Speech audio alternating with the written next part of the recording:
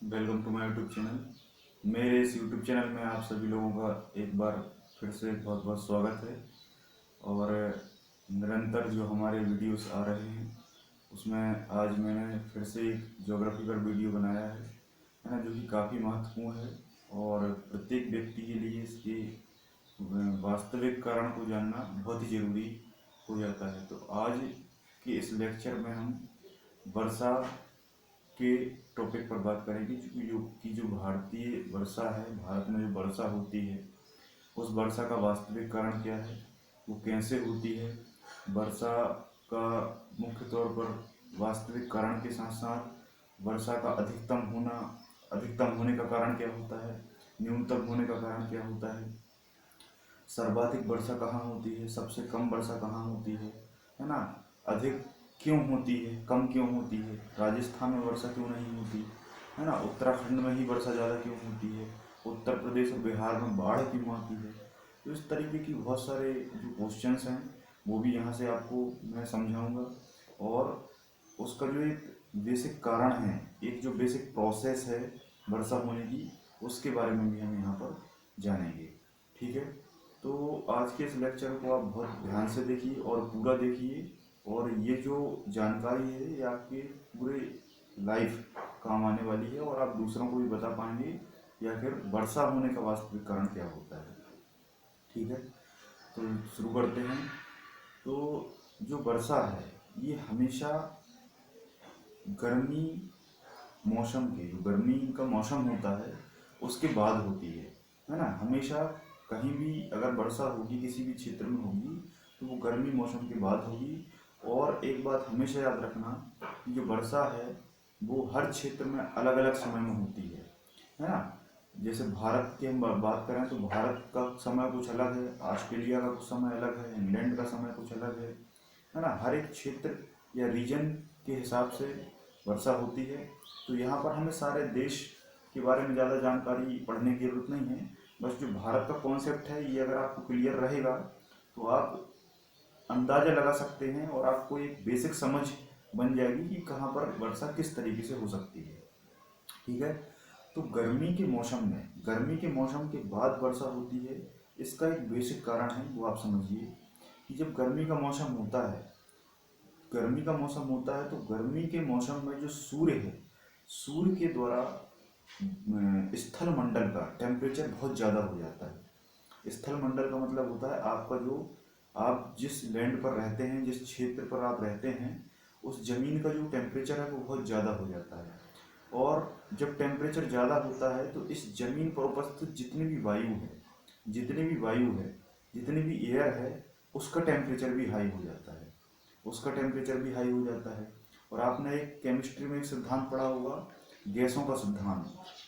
गैसों के सिद्धांत में ये बताया जाता है कि जैसे ही गैसों के अणुओं को जब ताप मिलता है तब वह अणु क्या करते हैं, फैलते हैं। ठीक है, जैसे मान लो यहाँ पर कहीं किसी भी क्षेत्र में कोई वायु है, वो वायु एक निश्चित आकार में रहेगी, लेकिन जैसे ही आप उसको ताप देंगे वो फैलने लगेगी, है ना। किसी भी पर्टिकुलर मॉलिक्यूल्स या एटम्स का ये व्यवहार होता है, बिहेवियर होता है कि वो ताप पाकर फैलता है। जैसे आपने देखा होगा लोहा एक निश्चित वॉल्यूम में रहता है, लेकिन जैसे ही आप उसको ताप देते हैं वो फैलने लगता है, पानी बन जाता है, लिक्विड अवस्था में आके फैलने लगता है। आपने देखा होगा एक बर्तन में अगर आप पानी रखते हैं तो वो शांत रहता है, लेकिन जैसे ही आप उसको टेम्परेचर देते हैं वो पानी फैलने लगता है और आपके बर्तन में ऊपर तक आ जाता है ना। जैसे आप मिल्क को बॉयल करते होंगे तब वो मिल्क का जो तल है वो नीचे रहता है, लेकिन जैसे ही आप उसको बॉयल करते हैं तो वो मिल्क आपके बर्तन में ऊपर तक आ जाता है। मतलब कुल मिलाकर कहने का अर्थ ये है अणुओं का फैलना।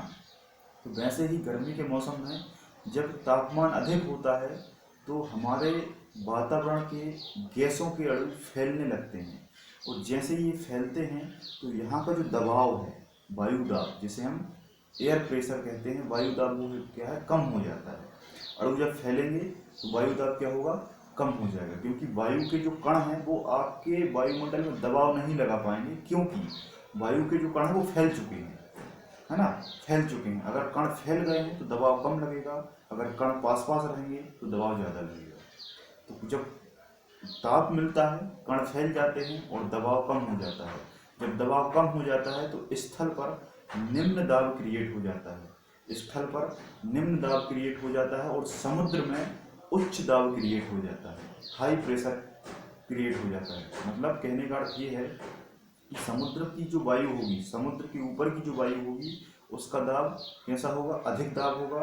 और हमारे वायुमंडल में, हमारे स्थल में ताप अधिक है, इसलिए यहाँ पर निम्न दाब होगा। जब यहाँ पर निम्न दाब होगा तो आपको पता है कि हमेशा प्रकृति में एक सिद्धांत काम करता है, उच्च से निम्न की ओर, उच्च से निम्न की ओर गति करना।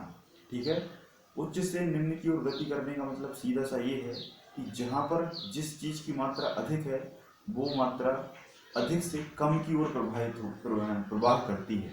जैसे आप 2 टंकी में पानी भर दीजिए, एक टंकी में पानी का लेवल पूरा पूरा रखिए और एक टंकी में पानी का लेवल हाफ रखिए, आधा रखिए, और उन दोनों को एक दूसरे से कनेक्ट कर दीजिए। जब आप उन दोनों को एक दूसरे से जोड़ेंगे तो अधिक टंकी का जो पानी है वो कम टंकी की ओर प्रवाहित होगा, ना कि कम का अधिक की ओर।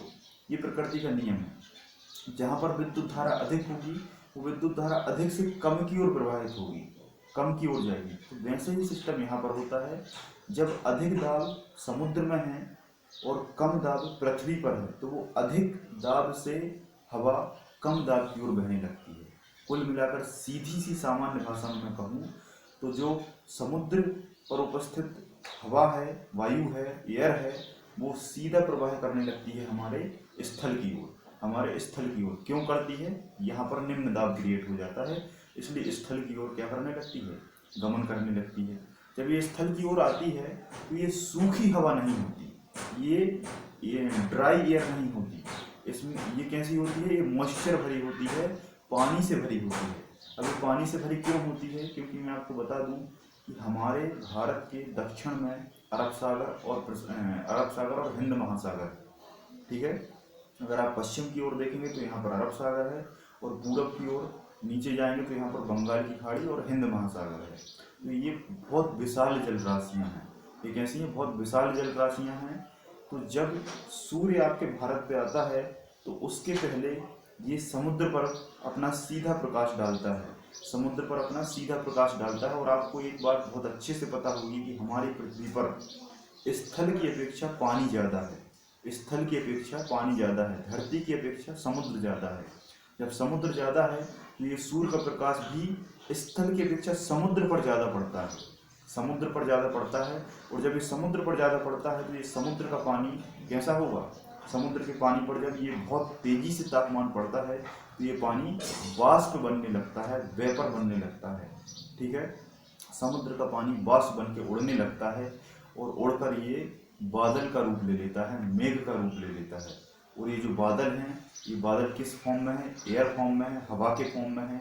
और आप मुझे बता दीजिए हवा कहाँ जाएगी? उच्च दाब से निम्न दाब की ओर। तो उच्च दाब समुद्र में था तो वहाँ पर ये बादल बने, और निम्न दाब कहाँ पर है? धरती पर है। तो ये आपके भारत में आ जाएंगे, और भारत में आने के बाद ये भारत में अनेक जगह पर लगातार गतिमान रहते हैं और अनेकों जगह बरसात कराते हैं। यहाँ तक बात आपको क्लियर हुई?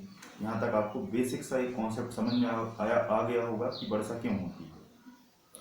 सूर्य का तापमान समुद्र पर पड़ा, समुद्र से वाष्प के फॉर्म में पानी भाप बनकर बादल का रूप लिया, और बादल क्या है? एयर है। और वो एयर सीधे गतिमान होकर आपके स्थल तक आती है, क्योंकि स्थल पर निम्न दाब है, और यहाँ पर आकर संघनित होकर या कंडेंस होकर, कंडेंस होने का मतलब है कि निम्न ताप से एक उच्च ताप दिया जाए और वो पानी फिर से वाष्प से किस अवस्था में बदल जाए? पानी की अवस्था में बदल जाए। ठीक है, आपने देखा होगा कि बर्तन में जब आपकी वाष्प बनती है तो वो वाष्प बर्तन से टकराकर फिर से पानी में कन्वर्ट हो जाती है। तो वाष्प से पुनः पानी बनना, यह प्रक्रिया कहलाती है संघनन या कंडेंसेशन। तो जितना भी वाष्प का जो वाटर है वो वाटर फिर से कन्वर्ट हो जाता है पानी में। ठीक है, पानी में ये कन्वर्ट हो जाता है, ये कंडेंसेशन या संघनन प्रोसेस कहलाती है। और ये निरंतर अलग अलग क्षेत्रों में होती जाती है और भारत के विभिन्न राज्यों में वर्षा कराती जाती है। अब आपके दिमाग में एक सामान्य सा क्वेश्चन आ रहा होगा कि भारत में कहीं पर बहुत अधिक वर्षा होती है, कहीं पर बहुत कम वर्षा होती है, तो इसका कारण क्या है? तो इसका बेसिक सा कारण है उस राज्य की या उस स्थल की भौगोलिक स्थिति।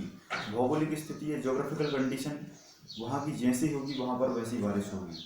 बादलों के द्वारा पानी तो भारत में एंटर कर चुका है, लेकिन ये कहाँ पर कितना गिरेगा और कैसे गिरेगा ये डिपेंड करता है वहाँ के क्षेत्र पर।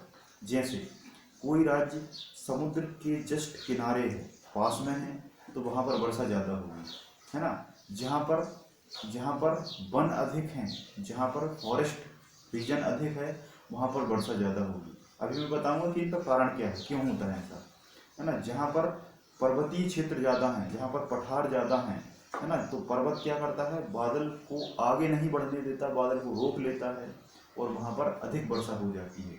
जिस क्षेत्र में रेत ज़्यादा है, जो क्षेत्र खुला हुआ है, जहाँ पर पर्वत नहीं है, वहाँ से जो बादल है वो सीधा निकल जाता है और वहाँ पर वर्षा नहीं हो पाती।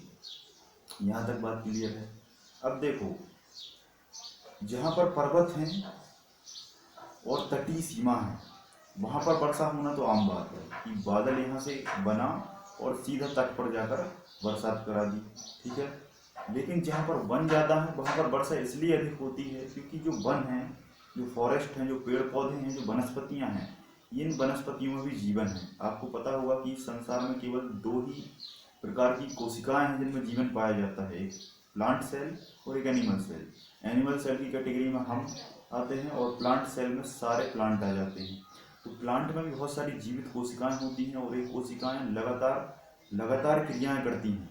इन जैसे आपने पौधा देखा होगा, पौधे के अंदर जो कोशिकाएं हैं वो लगातार गतिमान होती हैं, उनमें भी एक अपना बल होता है और उस बल के कारण ये लगातार गतिमान होती हैं, जिसको बहुत सारे सिद्धांतों के आधार पर समझा जा सकता है।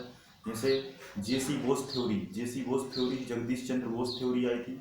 उन्होंने बताया था कि पेड़ किस तरीके से काम करता है। ये पूरा सेक्शन बॉटनी का है, ये बॉटनी में मैं आपको पढ़ाऊंगा। जेसी बोस थ्योरी आई थी, गोल्ड्सकी थ्योरी आई थी, ट्यूनिका कार्पस थ्योरी आई थी, फैलम फेलोजन थ्योरी आई थी, रूट प्रेशर थ्योरी आई थी, एपाइकल मेरिस्टेम थ्योरी आई थी। ऐसी बहुत सारे सिद्धांत हैं जिन्होंने पेड़ की कार्य क्षमता या स्थिति को समझाया है। जब ये पेड़ में निरंतर ये प्रोसेस चलती रहती हैं तब एक बल, एक फोर्स एक्टिव होता है। जब ये फोर्स एक्टिव होता है तो आपको पता होगा किसी भी वस्तु में अगर कोई बल है तो वो बल अपनी ओर क्या करता है, आकर्षित करता है। तो पेड़ इतना बड़ा होता है, जैसे पृथ्वी है, पृथ्वी इतनी विशाल है लेकिन ये निर्जीव है, लेकिन फिर भी बड़ी है तो इसमें अपना बल है, इसलिए हमको गुरुत्वाकर्षण के कारण खींचती है और सभी वस्तुएं नीचे आने का प्रयास करती हैं।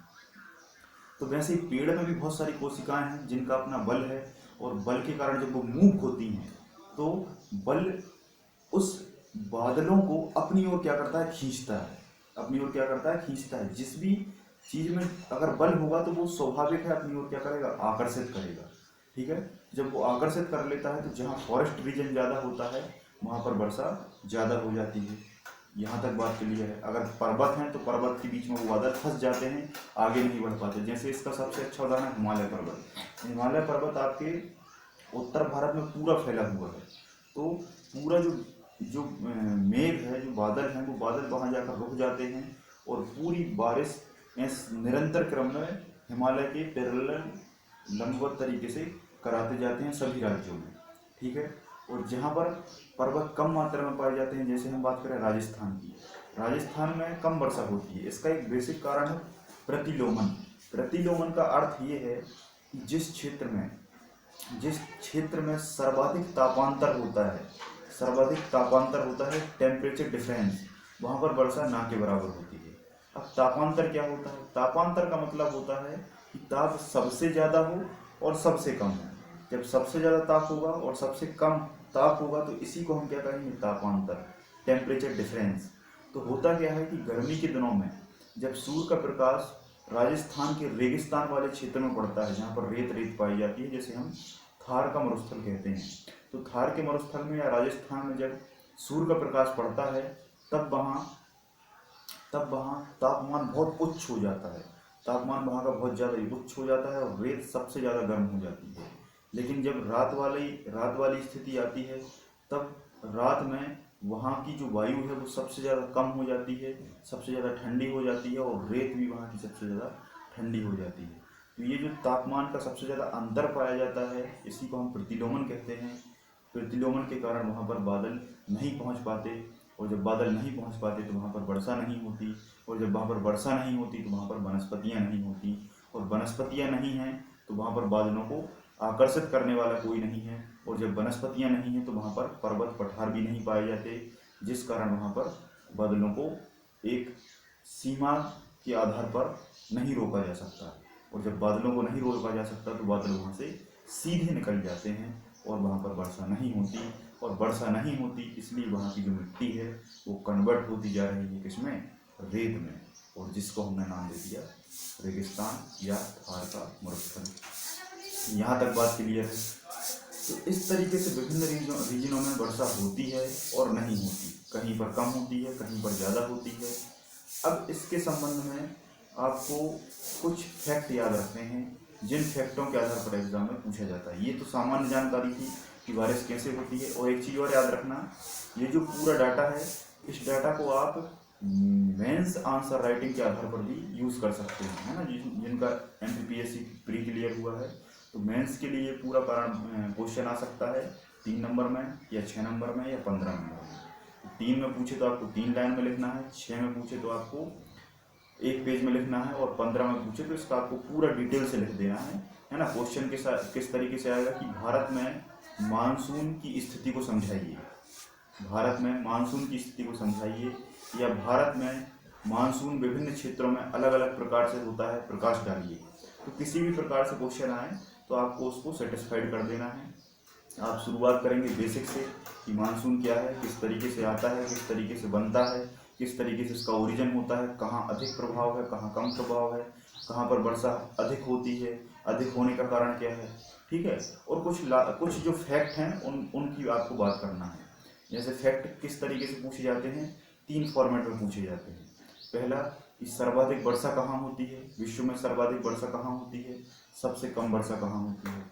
भारत में सर्वाधिक वर्षा कहाँ होती है, सबसे कम वर्षा कहाँ होती है। मध्य प्रदेश में सबसे ज़्यादा वर्षा कहाँ होती है, सबसे कम वर्षा कहाँ होती है। क्यों होती है इसका कारण आप जानते हैं। 3-4 चीज़ों के बारे में मैंने आपको बताया है, उनके कारण वर्षा होती है और नहीं भी होती, ठीक है। तो फैक्टों के बारे में आप लोग बहुत अच्छे से जानते हैं, है ना। विश्व में सर्वाधिक वर्षा अगर आपसे पूछा जाए, highest rainfall of the world, तो सबसे ज़्यादा जो वर्षा है वो होती है मासिम राम में। कहाँ पर होती है, मासिम राम। मासिम राम एक छोटी सी जगह है जो भारत में ही पाई जाती है। भारत का एक राज्य है मेघालय, भारत का एक स्टेट है मेघालय, और मेघालय जो राज्य है इसमें ही एक छोटा सा शहर है जिसका नाम है मासिम राम, है ना। और मासिम राम में सर्वाधिक वर्षा होती है। तो विश्व स्तर पर पूछे चाहे भारत स्तर पर पूछे, तो विश्व में भी सर्वाधिक वर्षा मासिम राम में, और भारत में भी सर्वाधिक वर्षा मासिम राम में होती है। अगर मासिम राम ऑप्शन में ना रहे, अगर मौसम राम ऑप्शन में ना रहे, तब आप ऑप्शन टिक करेंगे चेरापूंजी, तब आप ऑप्शन टिक करेंगे चेरापूंजी। और अगर चेरापूंजी भी ऑप्शन में नहीं है, तब ऑप्शन में आप टिक करेंगे सोहरा, तब ऑप्शन में आप टिक करेंगे सोहरा। सोहरा क्या है, सोहरा चेरापूंजी का नाम बदलकर सोहरा कर दिया है, ठीक है। चेरापूंजी जो एक स्थान है वो मेघालय में ही स्थित है, तो उसका वर्तमान नाम सोहरा कर दिया है। तो ऑप्शन में से आपको कुछ भी मिले, तीनों मिले, तो आपको मासिम राम टिक करना है, लेकिन ऐसा कभी होता नहीं है, हमेशा एक आंसर को वहाँ पर रखा जाता है, ठीक है। तो सर्वाधिक वर्षा होती है यहाँ पर, ठीक है। अब आप कहेंगे दोनों नाम आपने क्यों बताया, तो दोनों में थोड़ा सा डिफरेंस है। अगर आप ओवरऑल पूरे वर्ष भर का आकलन करेंगे, पूरे ईयर का आकलन करेंगे, तो अधिक वर्षा मासिम राम में होती है। लेकिन अगर आप मंथली के हिसाब से उसको काउंट करेंगे तो उसका आंसर चेरापूंजी आता है। लेकिन सामूहिक रूप से दोनों को माना जाता है, दोनों आंसर सही हैं, ठीक है। और उस राज्य का नाम भी इसी के आधार पर पड़ा है। मेघ का मतलब होता है बादल, और आलय का मतलब होता है क्षेत्र। तो ऐसा क्षेत्र जहाँ पर सर्वाधिक मेघ है, क्योंकि बंगाल की खाड़ी जस्ट लगी हुई है, तो बंगाल की खाड़ी से सीधा जो बादल वहाँ से सीधे आते हैं और वहाँ पर सबसे ज़्यादा बारिश कराते हैं, ठीक है। और सर्वाधिक बारिश होती है तो वहाँ पर विश्व की सबसे शुद्ध नदी भी पाई जाती है ना। शुद्ध या प्योर रिवर, प्योर रिवर का मतलब ये है कि जिस नदी में अशुद्धियाँ ना के बराबर हों, उस नदी का नाम क्या है, कोई जल्दी से कमेंट करके बता दे। उस नदी का नाम है उमगोट नदी। उमगोट नदी मेघालय में ही है, जो कि सबसे ज़्यादा विश्व की शुद्ध नदी मानी जाती है। इतनी शुद्ध है कि इसके ऊपर जब नाव चलती है तो आपको जो इसकी जो सरफेस है, जो इसका तल है, वो स्पष्ट रूप से आपको दिखाई देगा। आपको ऐसा लगेगा कि जो नाव है वो कांच के ऊपर चल रही है। तो ये कांच जैसी दिखाई देती है, इतनी प्योर नदी है। ठीक है, तो ये तो सर्वाधिक वर्षा होगी। अगर आपसे पूछे कि सबसे कम वर्षा कहाँ पर होती है, तो सबसे कम वर्षा वहीं पर होगी जहाँ का सब तापमान सबसे ज़्यादा होगा, है ना। तो सहारा मरुस्थल आपको पता है कि विश्व का सबसे बड़ा मरुस्थल है, और सहारा मरुस्थल अफ्रीका महाद्वीप में पाया जाता है। अल्जीरिया, है ना, अल्जीरिया देश है वहाँ पर, और 2-3 देश और हैं आसपास। तो वहाँ पर एक स्थान है जिसका नाम है अल अजीजिया वो स्थान है जहाँ पर विश्व का सबसे ज़्यादा तापमान माना जाता है, मतलब सबसे ज़्यादा गर्म स्थान। विश्व का सर्वाधिक गर्म स्थान कौन सा है? अल अजीजिया है। लेकिन कभी अल अजीजिया ऑप्शन में ना हो तो अमेरिका का डेथ वैली ऑप्शन में रहेगा। तो दोनों स्थानों पर वर्षा ना के बराबर होती है। अगर आपसे भारत में सर्वाधिक वर्षा पूछे तो आपको मासिनराम ही लगाना है, और सर्वाधिक कम वर्षा पूछे तो आपको राजस्थान लगाना है या थार का मरुस्थल लगाना है। लेकिन अगर आपसे पूछे कि भारत के मध्य प्रदेश में सर्वाधिक वर्षा कहाँ होती है, भारत के मध्य प्रदेश, क्योंकि एमपीपीएससी एमपी के डाटा को ज़्यादा कॉन्सेंट्रेट के आधार पर पूछता है, ज़्यादा कॉन्सेंट्रेट करता है, तो आपको एमपी का डाटा बिल्कुल क्लियर कट याद रहना चाहिए। तो एमपी में सर्वाधिक वर्षा कहाँ होती है? पचमढ़ी में होती है। और पचमढ़ी ऑप्शन में नहीं रहे तो आपको होशंगाबाद टिक करना है, क्योंकि होशंगाबाद में ही पचमढ़ी रहता है। तो पचमढ़ी में सर्वाधिक वर्षा होती है, या सतपुड़ा पर्वत पर सर्वाधिक वर्षा होती है। कितनी होती है ये आपको इम्पोर्टेंट है, क्योंकि मध्य प्रदेश का डाटा आपको एग्जैक्ट याद रखना है। तो 199 सेंटीमीटर या 199 सेंटीमीटर वर्षा पचमढ़ी में आंकी गई है, जो कि मध्य प्रदेश की सर्वाधिक वर्षा है। अगर आपसे पूछे कि मध्य प्रदेश में सबसे कम वर्षा कहाँ होती है, तो सबसे कम वर्षा भिंड में होती है। सबसे कम वर्षा कहाँ होती है?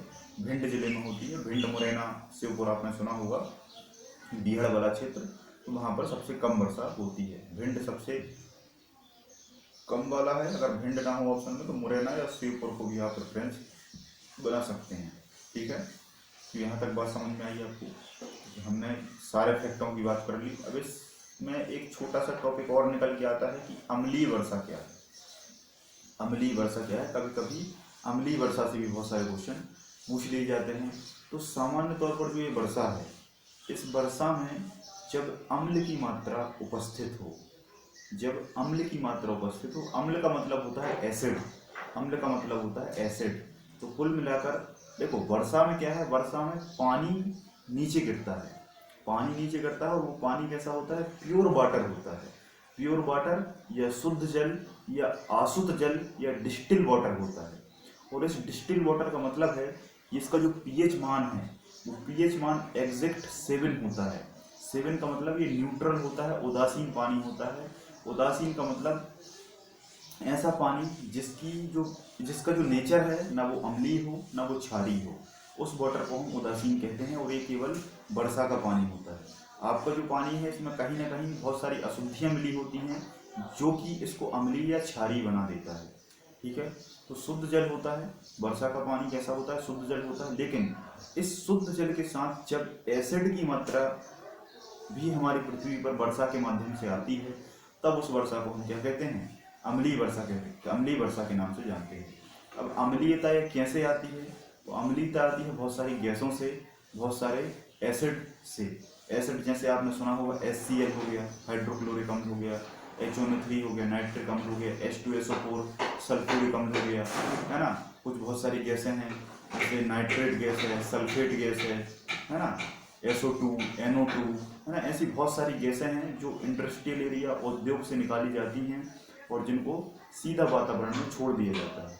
जब वातावरण में SO2 और NO2 गैसें छोड़ दी जाती हैं तो वो क्रिया कर लेती हैं किससे?